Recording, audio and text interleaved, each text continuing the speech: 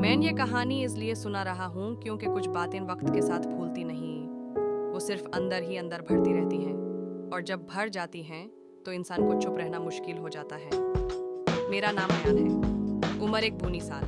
मैं इंडिया से हूँ और पिछले कुछ महीनों से लंदन में रहता हूँ। बचपन से ही ये सपना था कि मैं एक दिन यहाँ आकर अपनी ज़िंदगी को नए सिरे से शुरू करूँगा, लेकिन लंदन ने मुझे एक चीज़ सिखाई, शहर बदलने से दिल के सवाल नहीं बदलते।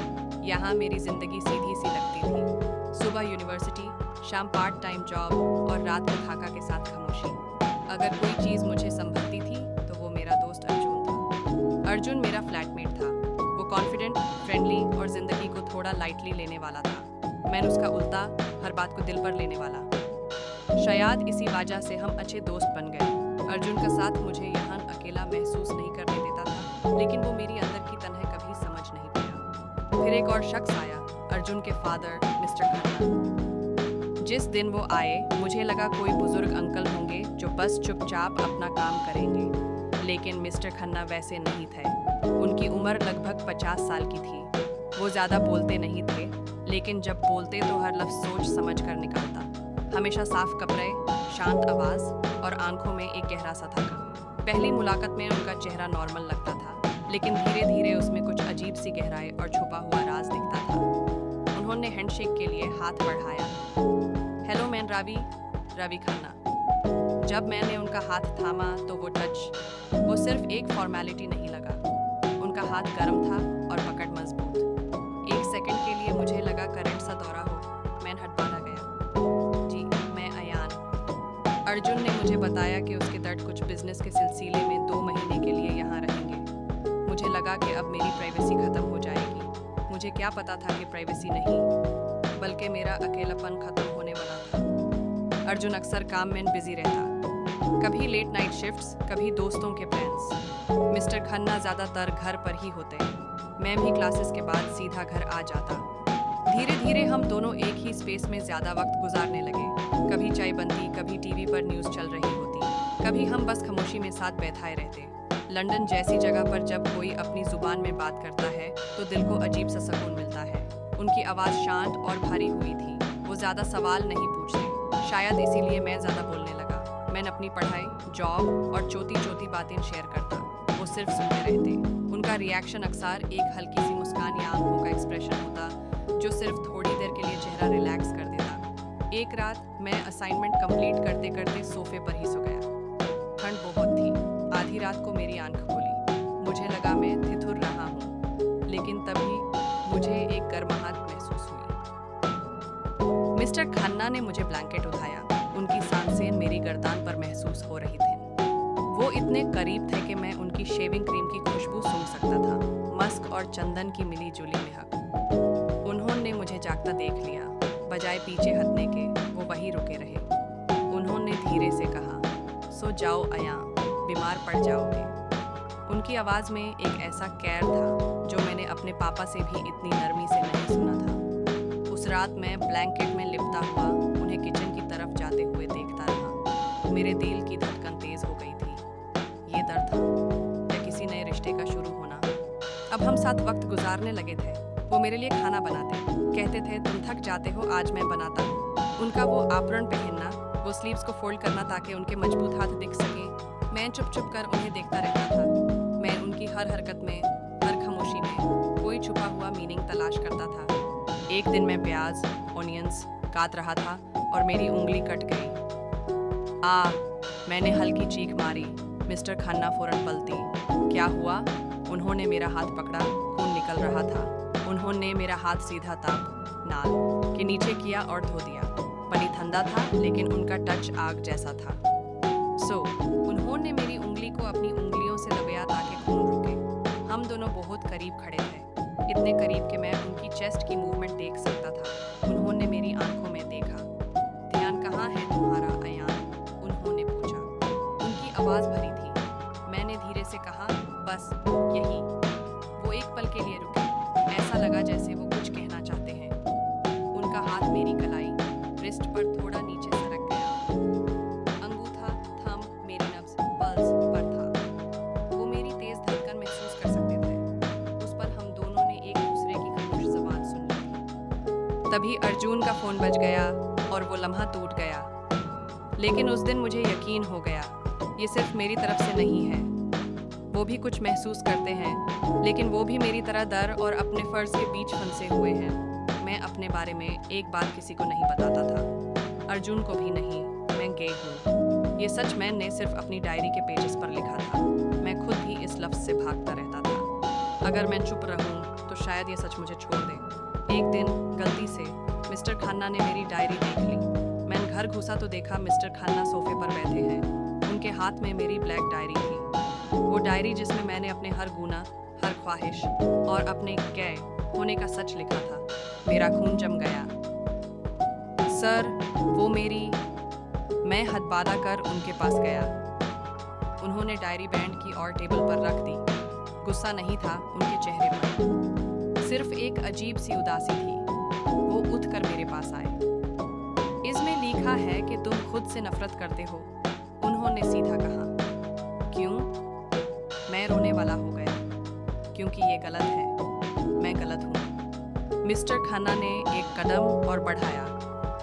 अब वो मेरे पर्सनल स्पेस में थे। कंफ्यूजन से ज़्यादा दार होता है। उन्होंने अपना हाथ उठाया और मेरे आंसू पोंछे। उनकी उंगलियां मेरे गाल पर थी।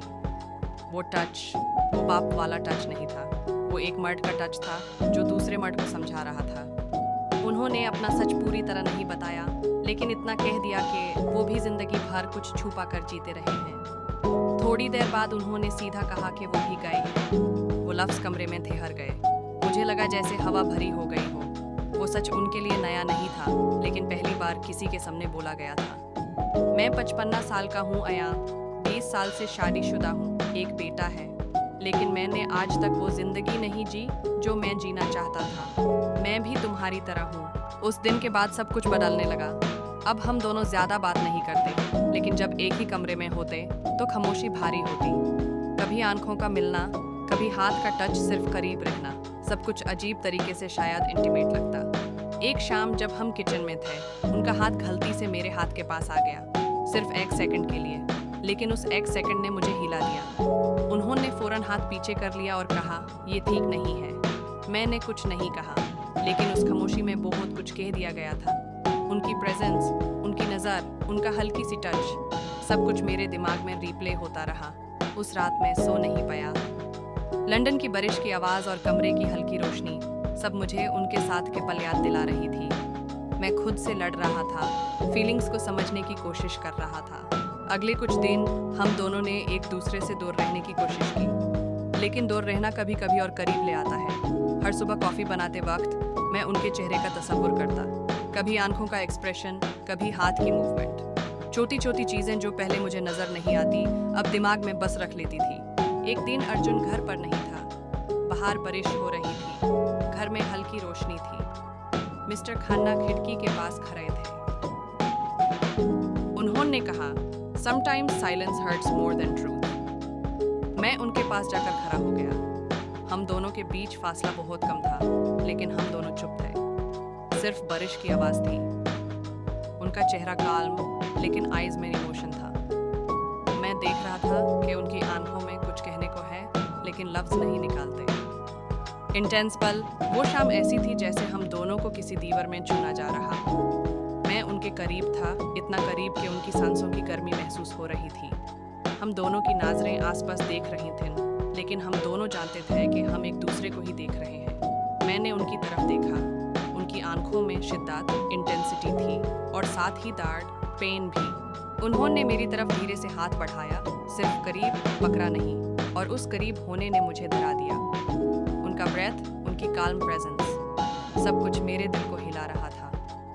उन्होंने फौरन हाथ हटा लिया और कहा, मैं अर्जुन का बाप हूँ, ये यहीं रुकना चाहिए। मैंने सिर्फ इतना कहा, मैं झूठ नहीं बोल रहा। उसके बाद कोई लफ्ज़ नहीं बोला। Tension peak. तभी बाहर तूफान आया हुआ था। लाइट चली गई। मैं लिविंग रूम में मोमबत्ती, कैंडल जला रहा था। मिस्टर खन्ना मेरे पीछे आकर खड़े हो गए। डर लग रहा है? उन्होंने मेरे कान के पास पूछा। मैं सिहर उठा। उनकी बॉडी मेरे पीछे थी, ऑलमोस्ट टच कर रही थी। उनकी सांसों की महक ने मुझे बेहोश कर दिया। मैंने मुड़कर उन्हें देखा। कैंडल की रोशनी में उनका चेहरा आधा अंधेरे में था, आधा उजाले में। वो बहुत बहुत अट्रैक्टिव लग रहे थे। नहीं, अब नहीं, मैंने धीरे से कहा। उन्होंने मेरा हाथ पकड़ा। इस बार कोई गलती नहीं थी। उन्होंने जानबूझकर मेरी उंगलियों में अपनी उंगलियां फंसाई। तुम्हें पता है अयान, मैं अर्जुन को देखकर खुश होता हूँ, लेकिन तुम्हें देखकर मुझे लगता है काश मेरी उम्र कम होती या तुम्हारी ज्यादा होती। मेरा दिल जोर जोर से धड़क रहा था। मैंने हिम्मत करके अपना दूसरा हाथ उनके चेस्ट पर रख दिया। उनका शर्ट गीला था। उनके दिल की धड़कन भी मेरी तरह तेज थी। एज से क्या फर्क पड़ता है, मैंने बेख्याली में कह दिया। मिस्टर खन्ना ने मेरी कमर वेस्ट पर हाथ रखा और मुझे अपनी तरफ खींचा। हमारे बीच अब हवा गुजरने की भी जगह नहीं थी। उनकी आंखें मेरे होंठों पर थीं। फर्क पड़ता है अयान, मैं तुम्हारे दोस्त का बाप हूँ, ये गुनाह है। तो हम रुके क्यों हैं? मैंने पूछा। मेरी आवाज़ कांप रही थी। मैं अब रुकना नहीं चाहता था। मैंने उस एहसास की आग में जलना चाहता था। वो झुके। उनका चेहरा मेरे चेहरे के इतना करीब आया कि हमारी नाक टकरा गई। मैंने अपनी आंखें बैंड कर ली। मैं चाहता था कि वो मुझे किस करें। मैं भूल गया था कि वो कौन है, मैं कौन हूँ। सिर्फ वो एहसास था, वो गर्माहट। लेकिन वो रुक गए। उन्होंने अपना माथा, फॉरहेड, मेरे माथे से टिकाया। लंबी सांस ली, जैसे वो खुद को रोक रहे हों। अगर मैंने शुरू किया अयान, तो मैं रुक नहीं पाऊंगा, उन्होंने फुसफुसाया। वो पल, वो दुनिया का सबसे लंबा पल था। तभी बाहर दरवाजे में चाबी घूमने की आवाज आई। Click clack. हम दोनों झटके से अलग हुए। दरवाजा खुला। अर्जुन अंदर आया, भीगा हुआ और हंसता हुआ। हे गाइस, लाइट चली गई क्या? डैड, अयान।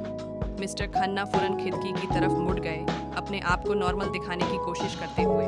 मैं वहां खड़ा रहा, सांसें फूली हुई, चेहरा लाल। अर्जुन ने मेरी तरफ देखा। अयान, तू ठीक है? तू कांप रहा है। मैंने मिस्टर खन्ना की तरफ देखा। वो अब अर्जुन के पापा बन चुके थे, लेकिन एक पल पहले वो सिर्फ रावी थे, मेरे रावी। मैंने झूठ बोला, हाँ बस ठंड लग रही है। उस रात मैं सो नहीं पाया। मुझे बार बार उनका वो टच, वो ऑलमोस्ट किस, वो हैवी ब्रीदिंग याद आ रही थी। ये कहानी शुरू हो चुकी थी। ये दो बापों और एक राज की कहानी है। और सबसे डरावनी बात ये थी कि मैं चाहता था कि ये मुझे बर्बाद करे। Part 2 coming soon. Stay tuned. Thank you for watching.